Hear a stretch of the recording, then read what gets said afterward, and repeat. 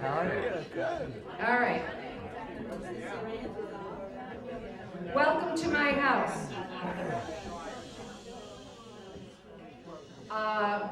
This is where we live, and it's very wonderful to be standing on the stairs. I walk up and down in a sleepy stupor at all hours of the day and night, and instead here I see this great progressive community. It's like a good dream. Oh my God! I thought I was just getting a glass of water. Now, we welcome you to this series, and because it is the brainchild of Eileen Proctor, I am going to, yes, pass the microphone over to her. Welcome to my house. You'll see me later, but please welcome to the microphone Eileen Proctor. Thank you very much. I'll make it as short as I could possibly make it. I just want to thank some people who have been extraordinary. Kathleen, Barry Rosenblatt. You need a doctor. She's a natural doctor. She's the one to go to. Rebecca, who has carted me around, but she's not here now. Go one step higher, Eileen. Okay. Well, I feel high as it is from all this work. I'm like Sarah,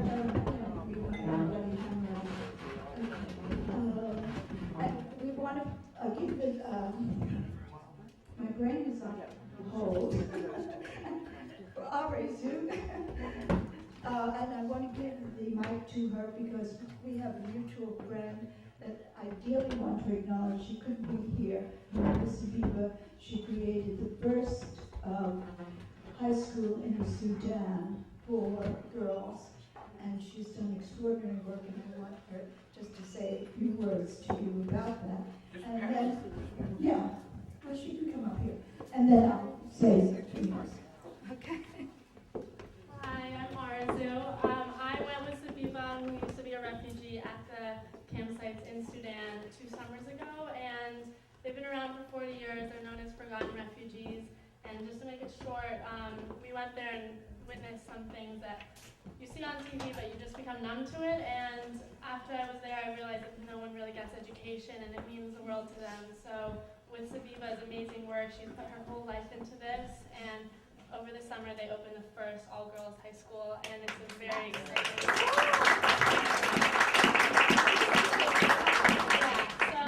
Right now, we're just trying to help educate these girls, and we're giving them meals every day, but in order to keep the school running, the donations need to be coming in as well, and it's $6,000 a month, and I have flyers, and we have a table where the book signing is with shirts, and That she's wearing.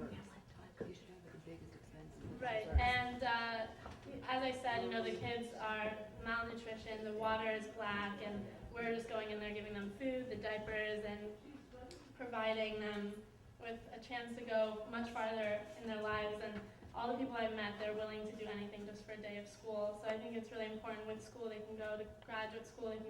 They can do so much, and they're much more driven. I think they want to be doctors and lawyers and make a difference.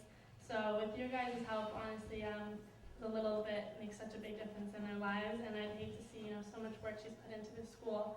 Really want to make sure it continues and sustains. Thank you. Thank you so much. What we can all do is give for Christmas the gift of hope and purchase some of the T-shirts and some of the things that she has over there in the library. And David, it's all important for everyone to buy a book.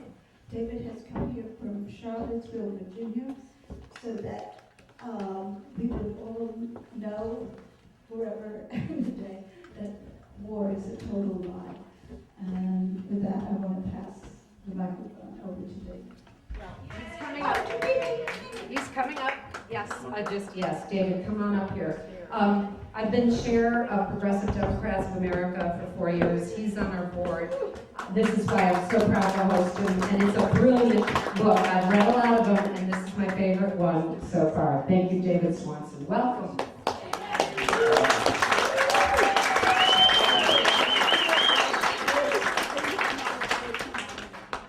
And my next book will have, right on the top of the front cover, author of Mimi Kennedy's favorite book. Thank you I have to thank KPFK for everything they do all the time, promoting this event. When all the books are sold, give all the rest of your money to KPFK. They're doing a fundraiser drive now. And Progressive Democrats of America as well, one of the best organizations we've got in this country.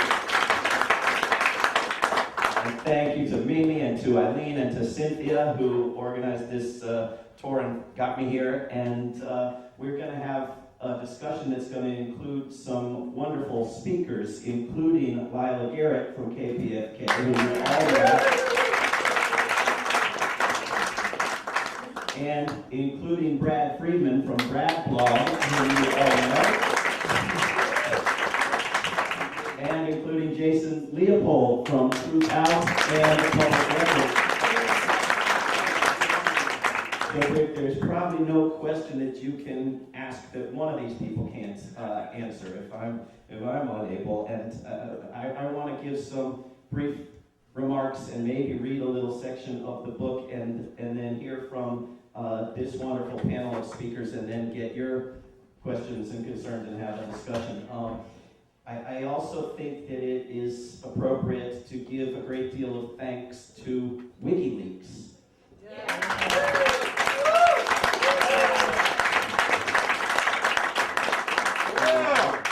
I know that it's all supposed to be about the treason of exposing information or having sex in Sweden and not calling the girl the next day or something.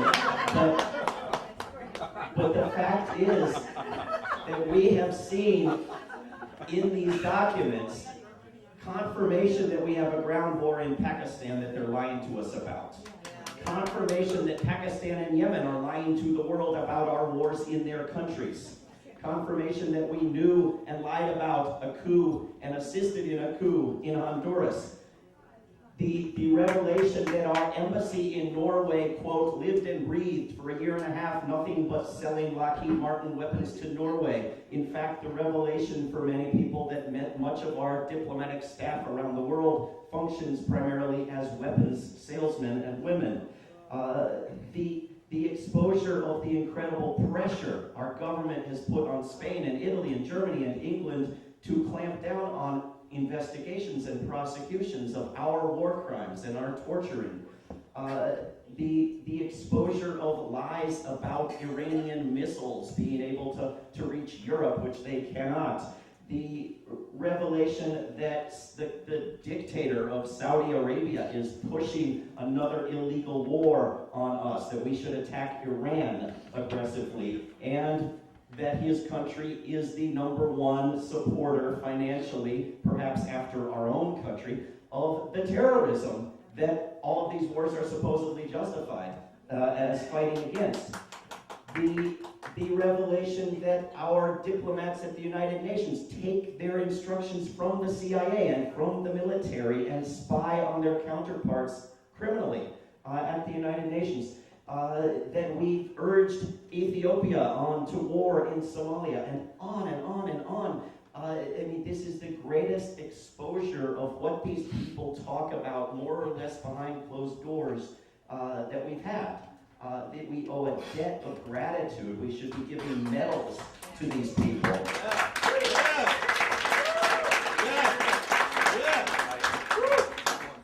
You know, a few days ago, we were in Washington and went to the White House fence in the snow and said, "End these wars," and 135 people, mostly veterans of our previous wars, were arrested for carrying that majority message. And one gentleman from a ways north of here who was being arrested for his 80th time that day, is named Dan Ellsberg. And we had a little event beforehand at the National Press Club with a group from Australia that has raised an incredible amount of money and support for full-page ads in our newspapers supporting WikiLeaks, and we had every corporate media outlet in the world in the room. And yet we didn't have anybody in the room who could ask an intelligent question. And so Ellsberg had to explain, in response to all these questions about the differences between him and Julian Assange, that he's not Julian Assange. Julian Assange is the New York Times. Bradley Manning is Dan Ellsberg. Yeah, Bradley Manning! And if you're going to prosecute journalism, you're going to have to prosecute all of the journalism. And so we're going to see some very crazy developments in the coming days. How does this all connect to my book? Well, this book was written as a tool for peace groups and counter-recruitment groups and people who are able to talk to those who are on the edge and not sure about wars. Raise your hand if you think that some wars are bad and some wars are good. Some wars are illegal and unjustifiable, and some wars are necessary and justified. Which part of it? We got one panelist and a half dozen people that I can see, maybe more. The argument that this book makes is that war is the worst thing in existence. And we don't claim that slavery is sometimes bad, sometimes good, in order to be fair and balanced and reasonable. We don't claim that rape is sometimes bad, sometimes good. It used to be you could use the example of torture here. We, however, claim that war can be sometimes bad and sometimes good. The argument that this book makes is that we have to get beyond that idea and get to the idea that war is a crime and immoral and the worst choice always.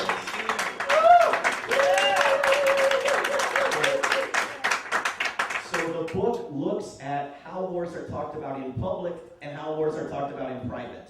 And that's what we're seeing in WikiLeaks, is how they're talked about in private. And these are private conversations of the same flavor that are in my book, from previous revelations, from previous wars.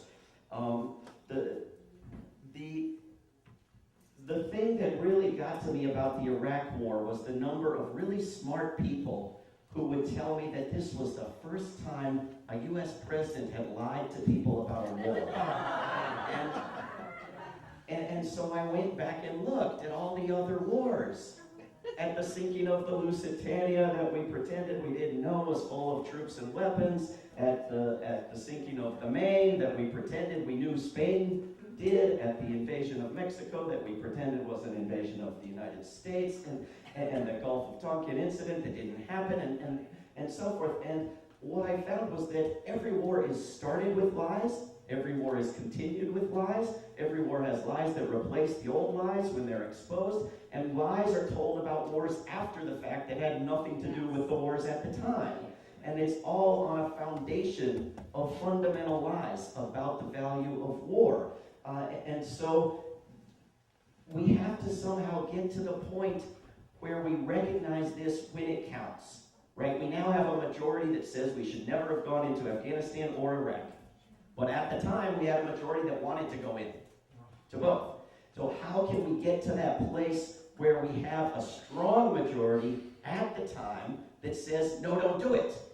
And arguably, we've had that for several years on Iran, to our great credit. But we're going to have to keep up that fight.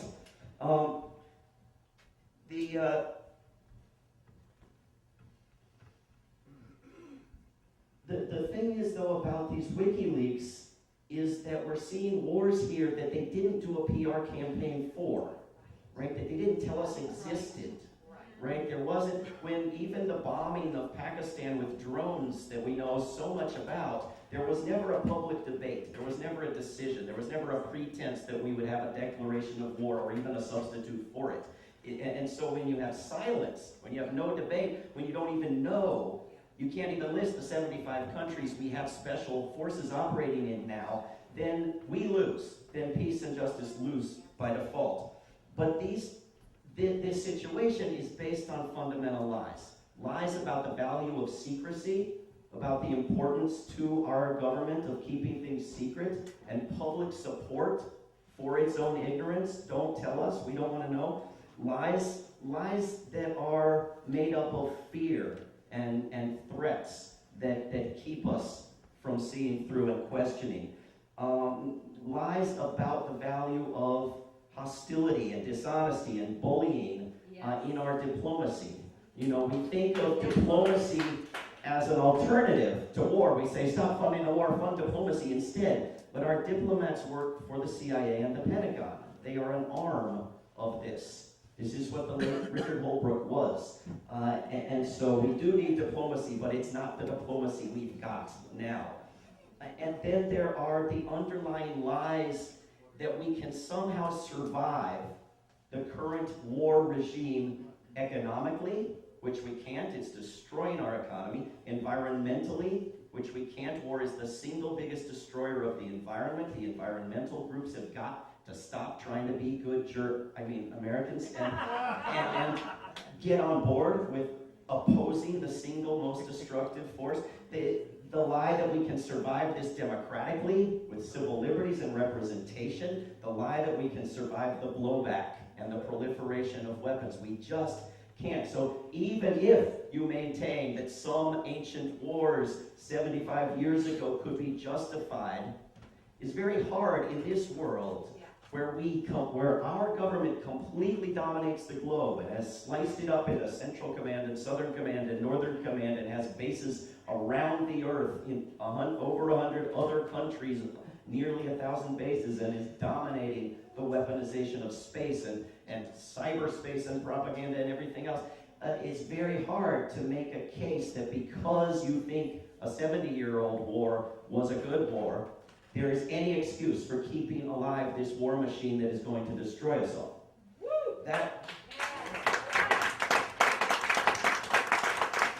But the war propaganda is now at its worst as well. It's not turned on and off like it was for World War I. It's constant, and it's all around us, and it's in the video games and the movies and the schools.